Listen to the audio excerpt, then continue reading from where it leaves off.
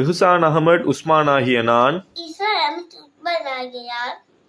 Toffee சொக்கா ஜொலி டிப்பி chips போன்ற இனிப்பு கெமிக்கல் உணவுகளை கேட்டு கஷ்டப்படுத்தியது போல் அபு அவசரமாக வெளியாகும் போது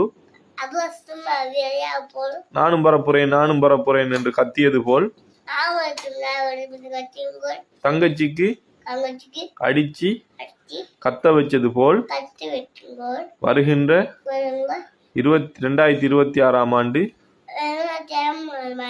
இது எதுவும் செய்ய மாட்டேன் என்றும் என்னால் எந்த கஷ்டமும் யாருக்கும் படுத்த மாட்டேன் என்றும் உறுதிமொழி அளிக்கிறேன். உறுதிமொழி அழிங்க மகன்.